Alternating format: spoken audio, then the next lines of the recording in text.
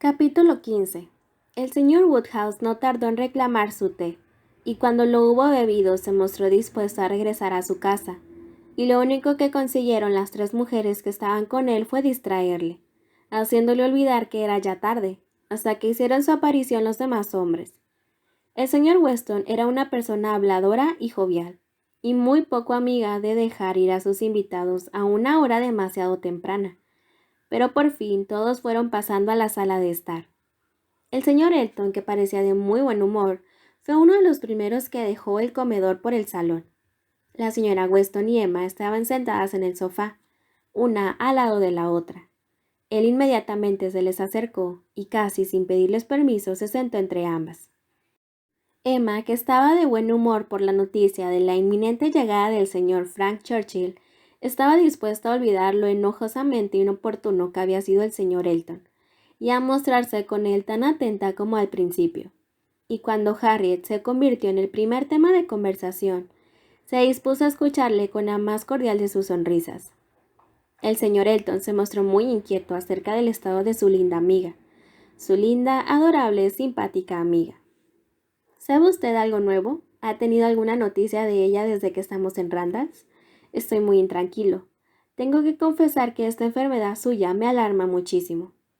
Y en este tono siguió hablando durante buen rato, muy en su punto, sin esperar que le contestara, realmente preocupado por aquel dolor de garganta tan maligno, y así llegó a captarse de nuevo todas las simpatías de Emma. Pero poco a poco la cosa degeneró en algo distinto. De pronto dio la impresión de que si estaba tan preocupado por la malignidad de aquel dolor de garganta, era más por Emma que por Harriet, que más que el que la enferma se recuperase de su mal, le inquietaba el que éste no fuera contagioso. Rogó encarecidamente a Emma que se abstuviera de visitar a su amiga, por lo menos por ahora, insistiendo en que le prometiese a él que no se expondría a aquel peligro hasta que él hubiese hablado con el señor Perry y conociera la opinión del médico. Y aunque Emma intentó tomárselo a broma y hacer que la cuestión volviera a sus cauces normales, no hubo modo de poner fin a su extremada solicitud por ella. Se sentía molesta. Era manifiesto, y él no hacía ningún esfuerzo por ocultarlo, que hacía como si estuviera enamorado de ella, en vez de estarlo de Harriet. Una muestra de inconstancia, que de ser verdad, resultaba la cosa más despreciable y abominable del mundo, y a Emma le costaba esfuerzos conservar la calma. El señor Elton se volvió hacia la señora Weston para implorar su ayuda. Ayúdeme, se lo suplico. ¿Me ayudará usted a convencer a la señorita Woodhouse de que no vaya a casa de la señora Goddard hasta que tengamos la seguridad de que la enfermedad de la señorita Smith no es contagiosa? No estaré tranquilo hasta que no me prometa que no va a ir allí. ¿No quiere usted usar de su influencia para conseguir arrancarle a la señorita Woodhouse esta promesa? Tanto como se preocupa por los demás, siguió diciendo, y tampoco que se cuida de sí misma. Quería que esta noche me quedara en casa para cuidarme un resfriado, y ahora no quiere prometerme que no se expondrá a contagiarse una peligrosa inflamación de garganta. ¿Le parece razonable ese proceder, señora Weston? Juzgue usted misma. ¿No tengo cierto derecho a quejarme? Estoy seguro de que usted es demasiado comprensiva para no ayudarme en esta empresa. Emma vio la sorpresa de la señora Weston y comprendió que ésta debía de ser mayúscula ante aquellas frases, que por su sentido y por la manera en que se habían dicho, hacían suponer que el señor Elton se atribuía más derecho que nadie a interesarse por ella. Y en cuanto a ella misma estaba demasiado encolerizada y ofendida para poder decir algo sobre la cuestión. Lo único que hizo fue mirarle fijamente, una mirada que creyó bastaría para devolverle el buen juicio, y luego levantándose del sofá fue a sentarse en una silla al lado de su hermana, dedicando a ésta toda su atención.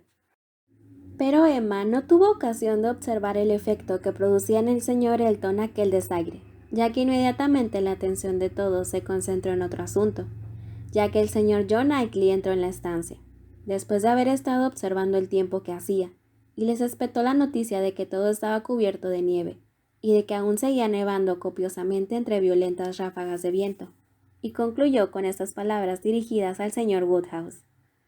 Será un comienzo muy animado para la primera de sus visitas de este invierno. Algo nuevo para su cochero y los caballos tener que abrirse paso en medio de una tormenta de nieve. La consternación había vuelto silencioso al pobre señor Woodhouse, pero todos los demás tenían algo que decir. Unos estaban asustados, otros no, pero todos tenían alguna pregunta que hacer o algún consuelo que ofrecer.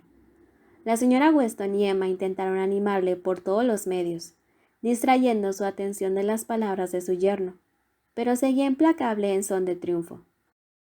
Yo estaba admirado de su valentía, dijo, al arriesgarse a salir con un tiempo así, porque por supuesto que ya veía usted que no iba a tardar mucho en nevar. Todo el mundo veía que estaba a punto de desatarse un temporal de nieve.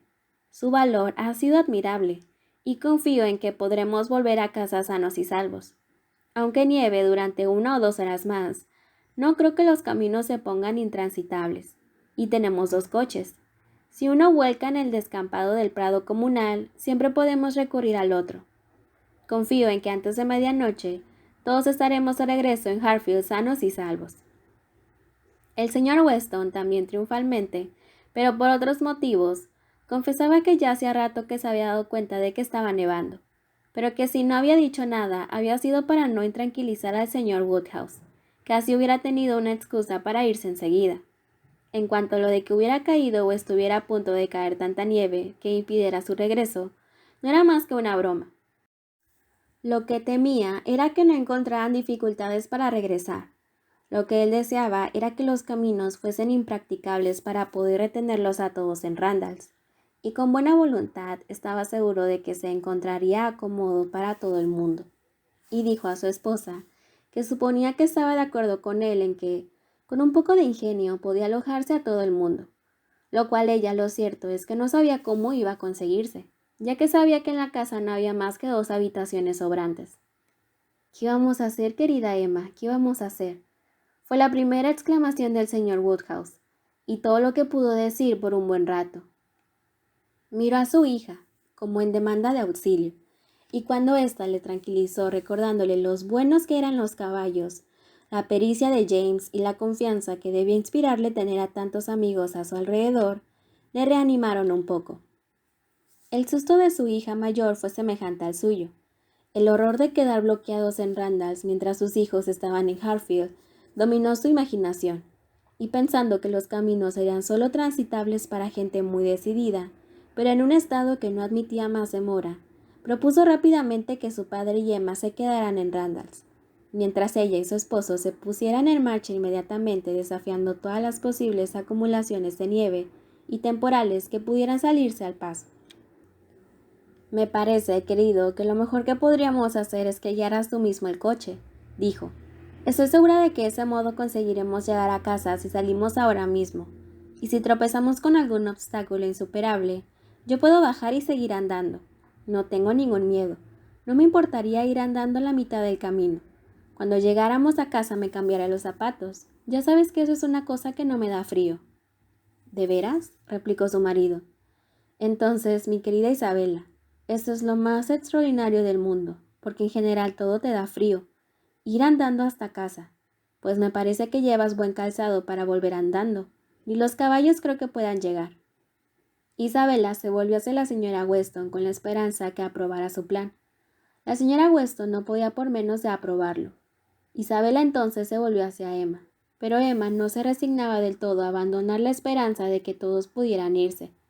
Y estaban aún discutiendo la cuestión cuando el señor Knightley, que había salido de la estancia inmediatamente después de que su hermano hubiera dado las primeras noticias acerca de la nieve, regresó y les dijo que había salido para examinar de cerca la situación, y que podía asegurarles que no había la menor dificultad de que regresaran a sus casas cuando quisieran, entonces o al cabo de 1 hora. Había ido hasta más allá de la verja, y habían andado un trecho del camino en dirección a Highbury. En los lugares de mayor espesor la nieve no pasaba de media pulgada de grosor. En muchos lugares apenas había nieve suficiente para blanquear la tierra. En aquellos momentos caían unos cuantos copos, pero las nubes se estaban dispersando, y todo parecía anunciar que la tormenta no tardaría en cesar. Había estado hablando con los cocheros y ambos estuvieron de acuerdo con él en que no había nada que temer. Estas noticias fueron un gran alivio para Isabela, como lo fueron también para Emma, principalmente a causa de su padre, quien inmediatamente se tranquilizó todo lo que se lo permitieron sus nervios. pero la alarma que se había producido no le permitía seguir sintiéndose a gusto mientras continuara en Randalls. Estaba convencido de que por el momento no había ningún peligro en regresar a su casa, pero nadie podía convencerle de que no había ningún peligro en seguir allí, y mientras unos y otros seguían discutiendo sus respectivas opiniones, el señor Knightley y Emma resolvieron el caso en unas pocas frases escuetas. Su padre no estará tranquilo. ¿Por qué no se van ustedes? Yo estoy dispuesta si los otros me siguen. ¿Quiere que llame a los criados? Sí, por favor. Sonó la campanilla y se dieron órdenes para que se dispusieran los coches.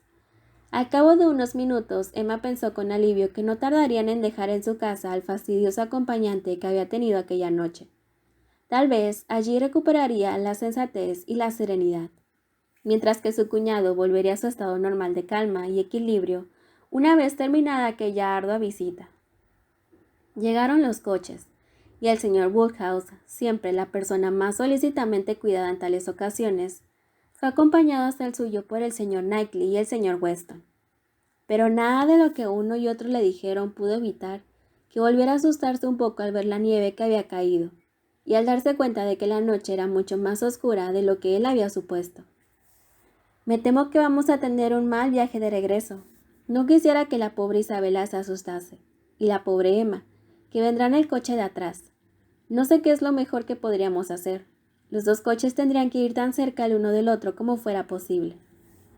Hablaron con James, y le ordenaron que fuera muy despacio y que esperara al otro coche. Isabela subió detrás de su padre. John Knightley, olvidando que él no pertenecía a aquel grupo, subió con toda naturalidad detrás de su esposa, de modo que Emma se encontró escoltada y seguida hasta el segundo coche por el señor Elton, dándose cuenta de que la puerta iba a cerrarse tras ellos y de que iban a hacer el viaje solos. Antes de que se despertaran las sospechas de aquella noche con el fastidioso incidente de poco antes, a Emma el viaje le hubiera resultado agradable. Ella le hubiera hablado de Harriet, y los 3/4 de milla le hubieran parecido apenas un cuarto. Pero ahora hubiera preferido que la situación hubiese sido otra. Tenía la impresión de que su acompañante había abusado del excelente vino del señor Weston, y tenía la seguridad de que no dejaría de decir necedades impertinentes. Para imponerle el máximo respeto posible con la frialdad de sus modales, se dispuso inmediatamente a hablarle con extremada calma y seriedad del tiempo y de la noche. Pero apenas había empezado, apenas habían traspuesto la verja en pos del otro coche, cuando el señor Elton le quitó la palabra de la boca. Le cogió la mano, solicitó su atención y empezó a declararle su apasionado amor. Aprovechando aquella oportunidad inmejorable, le manifestó sentimientos que debían de ser ya bien conocidos de ella, su esperanza, su temor, su adoración. Estaba dispuesto a morir si ella le rechazaba, pero confiaba en que lo profundo de su afecto, lo insuperado de su amor, lo ardiente de su pasión, tenían que encontrar cierta correspondencia en ella. Y en resumen, le proponía que le aceptase formalmente tan pronto como fuera posible. Así estaban las cosas, sin ningún escrúpulo, sin ninguna excusa, sin que al parecer se sintiera responsable de la menor infidelidad. El señor Elton, el enamorado de Harriet, estaba declarándose a Emma. Esta intentó pararle los pies, pero fue en vano. Él estaba dispuesto a seguir adelante y a decirlo todo. A pesar de lo enojada que estaba, al pensar en la situación en que se veía, le hizo contenerse a responderle. Pensaba que por lo menos la mitad de aquella locura debía atribuirse a la embriaguez, y que por lo tanto era de esperar que fuese algo pasajero. Así, en un tono entre grave y burlón que confiaba sería más adecuado para su turbio estado mental, replicó: «Me asombra usted, señor Elton. ¿Es a mí a quien se dirige? Se está usted confundiendo. Me está tomando por mi amiga. Si tiene algún recado para la señorita Smith, se lo transmitiré muy gustosa, pero por favor, recuerde que yo no soy ella». «¿La señorita Smith? ¿Un recado para la señorita Smith? ¿Qué quiere usted decir?». Y repetía las palabras de ella con tal convicción, dando muestras de tal estupor, que Emma no pudo por menos que replicar con viveza: «Señor Elton, su proceder es totalmente inexplicable, y solo puedo justificarlo de un modo. No está usted en su sano juicio. De lo contrario, no me hablaría de esta manera, ni aludiría a Harriet como acaba de hacerlo. Domínese y no diga nada más, y yo intentaré olvidar sus palabras». Pero el vino que había bebido el señor Elton le había dado ánimos, pero no le había enturbiado la cabeza. Sabía perfectamente lo que estaba diciendo, y después de protestar con vehemencia, considerando como altamente ofensivas las sospechas de Emma, y de aludir, aunque muy de pasada, al respeto que le merecía a la señorita Smith, aunque afirmando que no podía por menos de asombrarse de que se la mencionase en aquellos momentos, volvió a insistir sobre su gran amor, apremiando a la joven para que le diese una respuesta favorable. Emma se iba dando cuenta de que las palabras de su interlocutor, más que a la embriaguez, eran debidas a la inconstancia y a la presunción, y haciendo ya menos esfuerzos para ser cortés, replicó: «Ya me es imposible seguir dudando. Se ha manifestado usted tal cual es. Señor Elton, no encuentro palabras para expresar mi asombro. Después de su proceder, del que yo he sido testigo durante este último mes respecto a la señorita Smith, después de las atenciones que yo he visto día a día, como usted lo prodigaba, dirigirse a mí con estas pretensiones, le aseguro que me parece una falta de formalidad que nunca hubiera creído posible en usted. Créame que no puedo estar más lejos de congratularme de ser el objeto de su interés». «¡Santo cielo!», exclamó el señor Elton. «¿Pero qué quiere usted decir con esto? ¿La señorita Smith? En ningún momento de mi vida he pensado en la señorita Smith. Jamás le he prestado la menor atención, a no ser como amiga de usted. Nunca he manifestado el menor interés por ella, excepto por el hecho de ser amiga de usted. Si ella ha creído otra cosa, han sido sus propias ilusiones las que la han engañado, y yo lo lamento mucho, muchísimo. Pero la verdad es que la señorita Smith, señorita Woodhouse, ¿quién puede pensar en la señorita Smith cuando se tiene cerca a la señorita Woodhouse? No, le doy mi palabra de honor de que no se trata de una falta de formalidad. Yo solo he pensado en usted. Le aseguro que nunca he prestado la menor atención a nadie más. Desde hace ya muchas semanas, todo lo que yo hacía o decía no tenía otro objeto que manifestar mi adoración por usted. No puede usted ponerlo en duda, no». En un tono que pretendía ser insinuante, «y estoy seguro de que usted se ha dado cuenta de ello y me ha comprendido». Sería imposible describir cuáles eran los sentimientos de Emma al escuchar todo esto, que le producía una enojosa sensación de disgusto y contrariedad.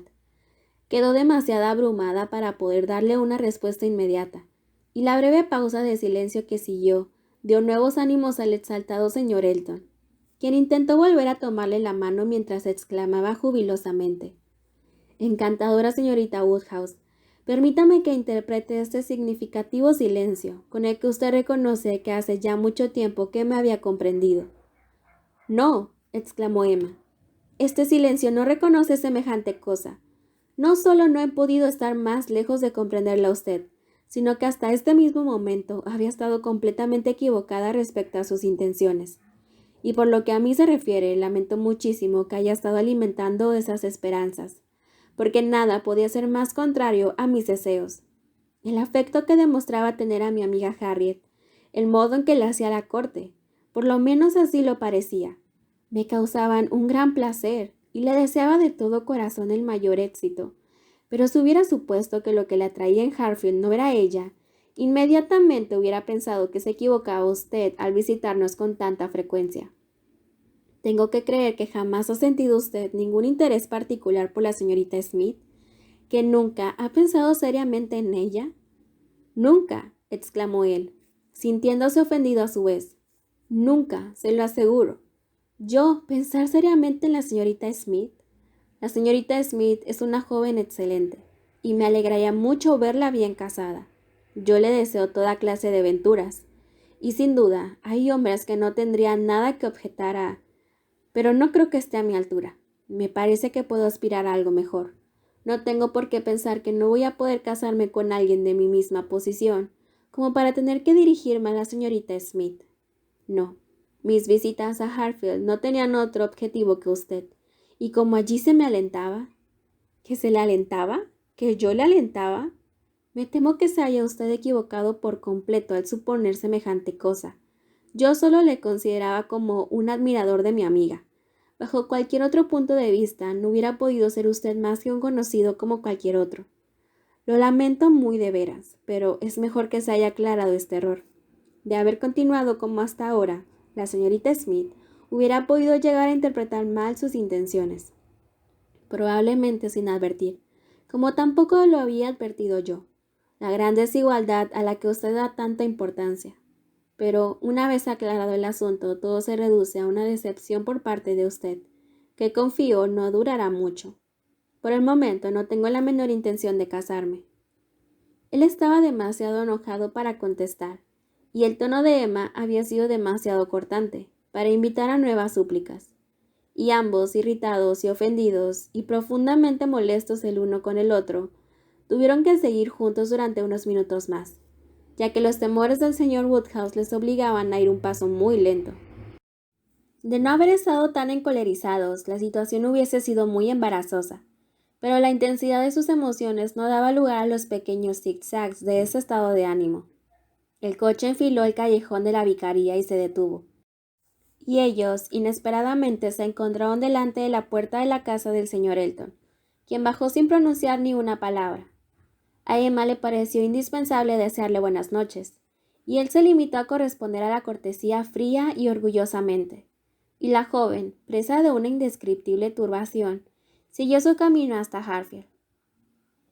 Allí fue acogida con grandes muestras de alegría por su padre, quien temblaba de miedo al pensar en los peligros que podía representar el que viniera sola desde el callejón de la vicaría, y el doblar aquella esquina cuya sola idea le horrorizaba, y todo ello con el coche conducido por manos extrañas, por un cochero cualquiera, no por James, y pareció como si todos esperaran su regreso para que todo empezara a marchar perfectamente, ya que el señor John Knightley, avergonzado de su mal humor de antes, ahora se deshacía en amabilidades y atenciones, mostrándose particularmente solícito con su suegro, hasta el punto de parecer, ya que no dispuesto a tomar con él un bol de avenate, por lo menos totalmente comprensivo respecto a las grandes virtudes de esta bebida.